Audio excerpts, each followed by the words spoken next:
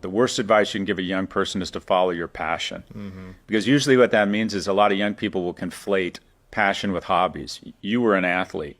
That has about a 0.1% employment rate. So unless you're getting green lights very early that you're in the 0.1%, I would suggest you leave that industry earlier rather than later. Okay. Fashion, opening a restaurant, a club, being a DJ, all 90+% unemployment rates. The key is to find your talent. What could I develop ninja-like mastery in an industry that has a 90+% employment rate? And then your ability to make money, or the money, the accoutrements that that mastery will offer, economic security, camaraderie, relevance, a broader selection set of mates than you deserve. People start laughing at your jokes when they're not funny. That will make you passionate about whatever it is. If you can develop mastery around anything and it provides you with a good life, you become passionate about that thing. And keep in mind, when people tell you to follow your passion, it usually means they're already rich and they made their money on iron ore smelting. Find your talent. Workshop through your 20s. I thought I was going to be a pediatrician. Took chemistry? No. Thought I was going to be an athlete. Got to UCLA? No way. Nope.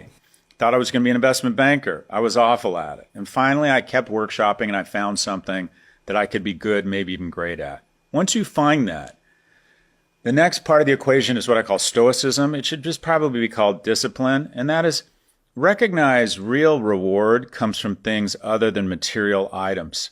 And try to be that person that drives a Hyundai versus a BMW until you have absolutely too much money to spend. Right. Don't be the guy ordering a bottle of Grey Goose to impress potential mates. Don't be the person that gets seduced by every offer every day to upgrade from economy to economy plus.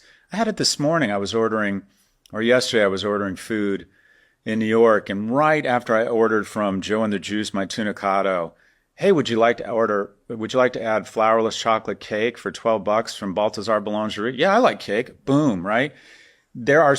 Capitalism is so amazing at taking godlike technology that's tested thousands of times a second to hit you at your weak point and get you to spend more money. So I don't want to pretend it's easy, but just try and develop something resembling a savings muscle based on the notion that most studies show that real happiness does not come from things. And also recognize that no one is as impressed with your stuff as you are. Be the guy or gal that figures out a way to save $100, $200, $300 a month in your 20s. Develop a savings muscle. Some people never develop that muscle. They can never flex it because they just never develop it. And everybody has a superpower with respect to wealth. Youth superpower is time. And the next thing, that's the next part of the equation, because try and ignore a flaw in our species where, because we have spent for 98% of our tenure on this planet, we have lived less than 35 years. We cannot imagine that we're going to get old. We can't imagine. You're probably going to live another 70 years, maybe 60 years. It's impossible for the human brain to grasp that. It's also impossible to calibrate it and to recognize just how fast it's going to go. Wow. I was at UCLA yesterday. That was 40 years ago. Wow. It feels like yesterday. And 11% a year, well, that's what the S&P has been up since 2008. That sounds really meddling. 11% a year means every 21 years, your investments are going up 8-fold.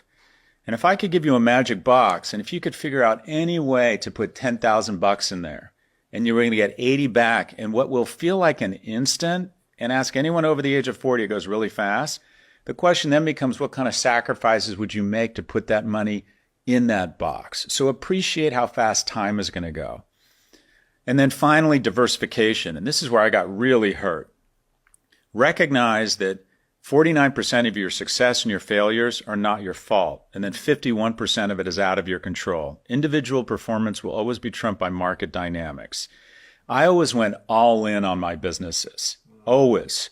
Because the fact that I was involved in how awesome I am and the signals I was getting from the market, I started a company, it's public on the NASDAQ. I was that guy that borrowed against his stock to buy more stock. Interesting. Right? So when '08 came along, and my company hit the great financial recession, Chapter 11, I went from being worth $30 or $40 million on paper to negative $2 million. And this typically happens about the time, as it did with me, that my oldest son had the poor judgment to come marching out of my girlfriend. And sitting there at the age of 42, feeling like I had already failed my son on his first day, And then looking back and thinking, if I'd just been a little smarter, if I'd just taken some money off the table and put it in a low-cost index fund and let time take over. And didn't touch it. And just left it. Don't trade it. Don't day trade. If I just made a little bit of sacrifice, been a little bit more mature, then I wouldn't have that kind of real severe mental anguish I felt.